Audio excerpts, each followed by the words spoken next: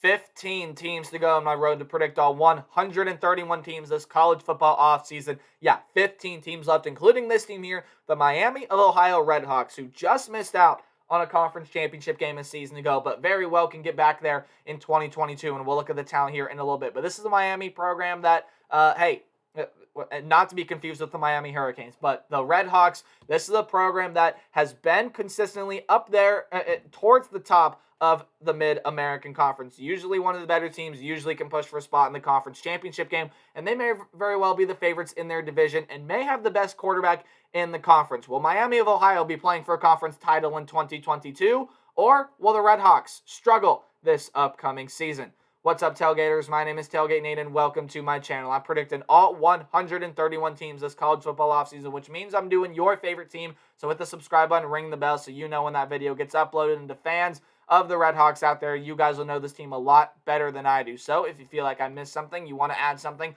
whatever have you, please feel free to leave it in the comment section down below. I'd be happy to hear what you guys have to say. Let's talk about Miami of Ohio in 2022, my fourth-ranked team in the Mid-American Conference coming into the 2022 college football season. Now, last year, they were 7-6, 5-3 overall. Not a bad year for Miami of Ohio, but again, did miss out on the coveted conference championship game.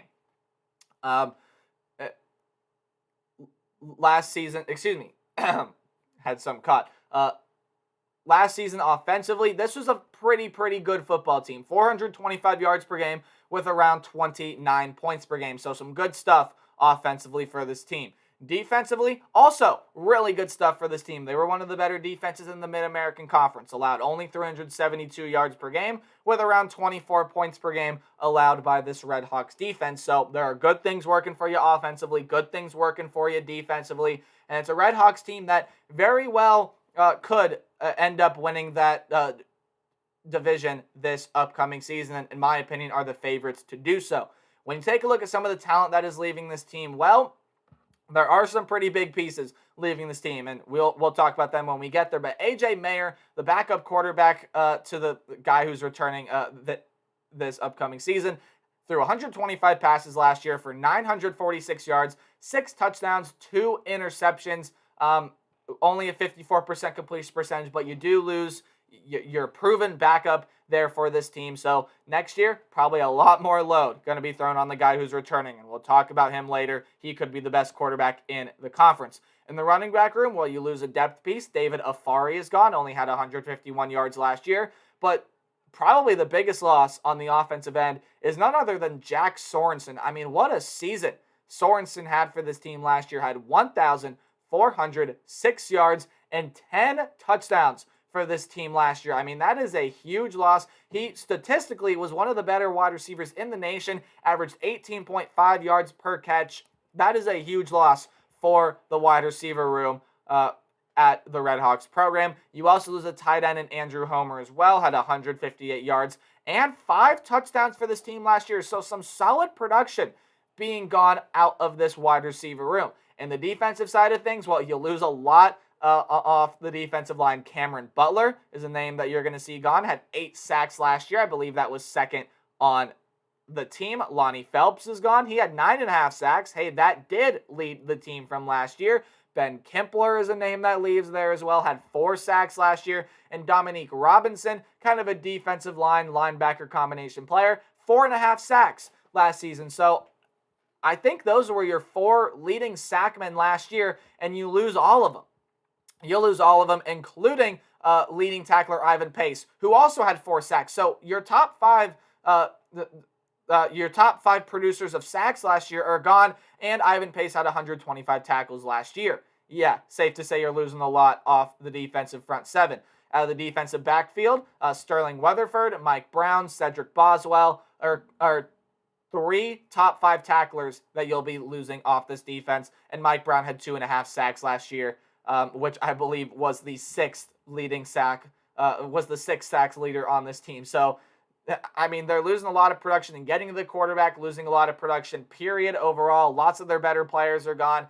A defense that's going to need the help of some transfers and some other guys to step up. But again, they have the names there. We'll talk about them later. But Brett Gabbert is the first name I want to talk about. He very well could be the best quarterback in this conference. If not for A.J. Mayer, definitely would have had a 3,000-yard season last year. Had 2,648 yards, 26 touchdowns, and 6 interceptions. Now, I'm not quite sure if he was dealing with injury last year, and that's why A.J. Mayer got as many reps as he did. I'm sure Redhawk fans will let me know in the comment section below, but Brett Gabbert can easily be a 3,000-yard passer this year and has the skill corps to do it. He does return 2 of his leading rushers last year. Keon Mosey comes back, had 556 yards, 4 touchdowns.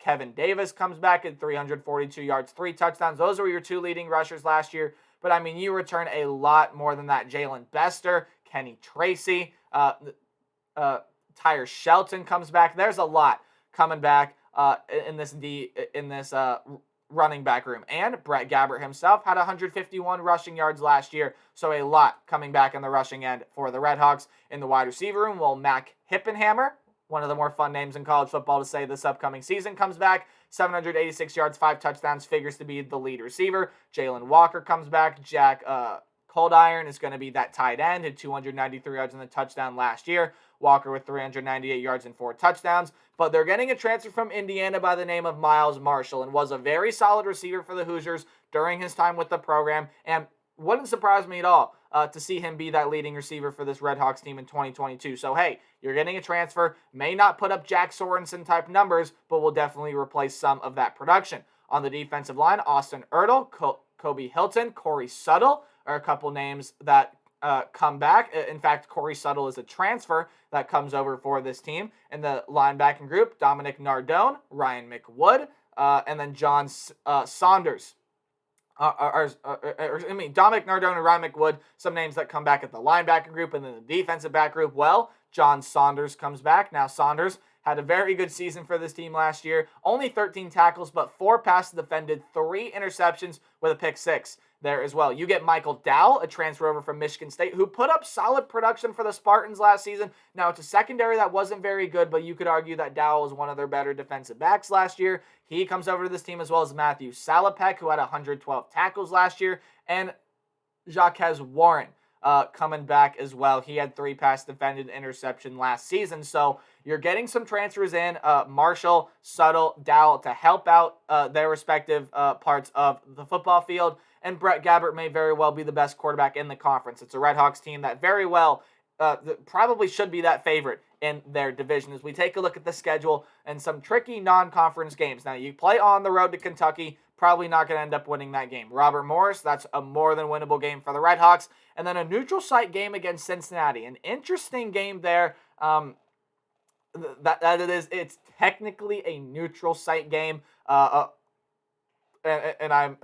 forget where it's being played as of this moment, but Cincinnati, a team that returns from a playoff year last year. They lose a lot of pieces off that team, but Ben Bryant's going to be that quarterback. Cincinnati will be an interesting team to watch. And then even on the road at Northwestern, Pat Fitzgerald has a way of getting more from less. It's not expected much out of this Northwestern team, yet somehow in whatever years, Northwestern finds a way to win 8, 9, 10 games. So watch out for the Wildcats. I don't think they're going to be very good this year, but going on the road, not going to be easy for the Redhawks. When you look in conference play, you have road games against Buffalo, Bowling Green, Akron, and Northern Illinois. Home games against Kent State, Western Michigan, Ohio, and Ball State. So diving into the schedule a little bit more, I've kind of talked about the non-conference games already, but just a brief overview. Kentucky has Will Levis at quarterback, lots of good skill corps. They're not winning on the road. Kentucky, I don't think they're going to win on the road against Northwestern, but besides the Robert Morris game, that is definitely their most winnable non-conference game. And then the game against Cincinnati, I don't think they're going to have much of a shot in either. Cincinnati, with how much they lose last year, still returns a lot of really, really good talent.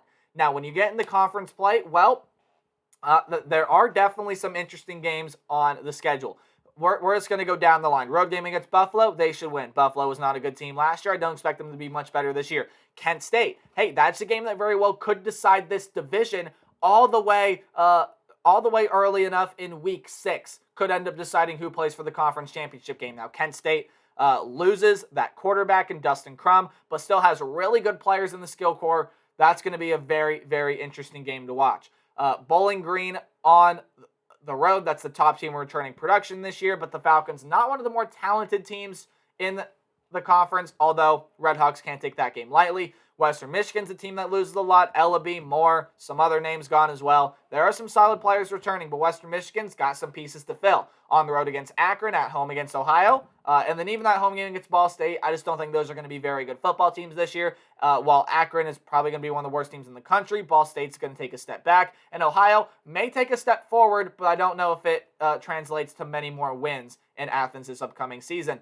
But in my opinion, the toughest game in this conference schedule is that road game against Northern Illinois. They won the conference last year, and they also have the case to be made for why they have the best quarterback in the conference as well. But they're losing some key pieces like Jevion Ducker at the running back position, some other names gone there as well. Now, I don't do game-by-game predictions. I do a more percentage-based outlook. Tell me predict the team's record. So if the game's in red, I just don't see you winning the game. Kentucky, Cincinnati, probably not going to win either of those two.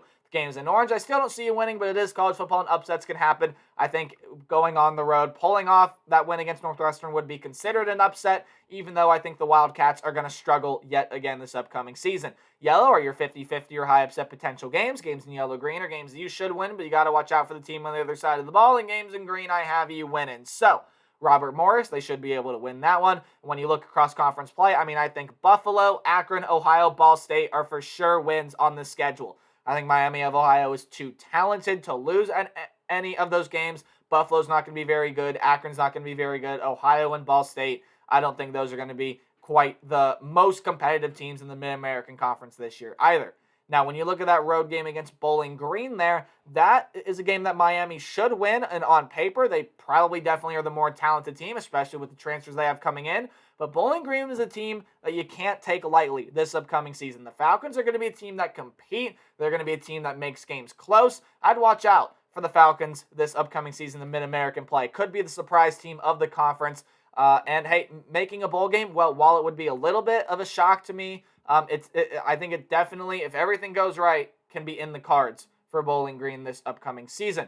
When you take a look elsewhere, Western Michigan, that's a game that's in yellow-green. Western Michigan's got a lot of pieces to replace. The quarterback position is the big question mark for this team. They still have a good piece in Corey Crooms at the wide receiver position, but beyond him, who's really there? So there's a lot to figure out for Western Michigan. Probably should have a lot figured out by this point. It's a team that I still expect to go bowling, or maybe be right around that mark, but Miami gets them at home.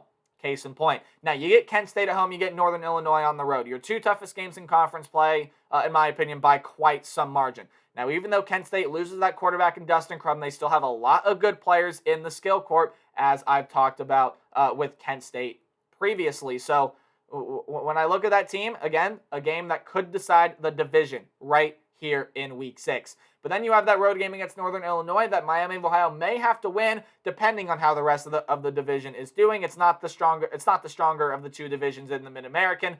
But the game against Northern Illinois, the team that won the conference last year, and hey, who knows? That could be a rematch of the conference championship game there within the next couple weeks.